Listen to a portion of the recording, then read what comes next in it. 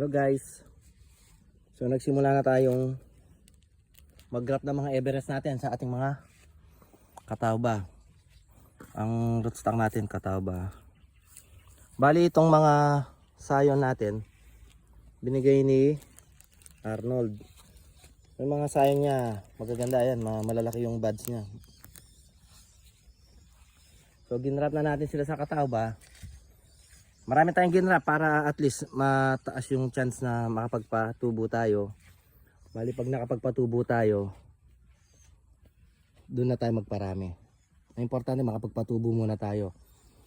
Tsaka pala ito pa yung binigay ni Arnold, yung Jupiter seedless. Ayan, green cuttings din siya na green sayon na binigay niya. Ayan. Bud break na siya. So tinatakpan pa rin muna natin siya ng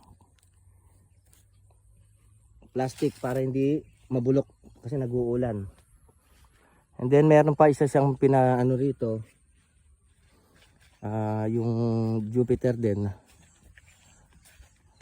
Tinanggal din na natin ng cover. Ito siya. Ayan Jupiter. Ayan, nagbabad break pa yung isa niya.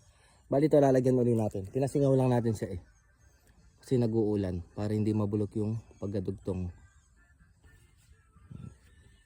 So maganda na siya.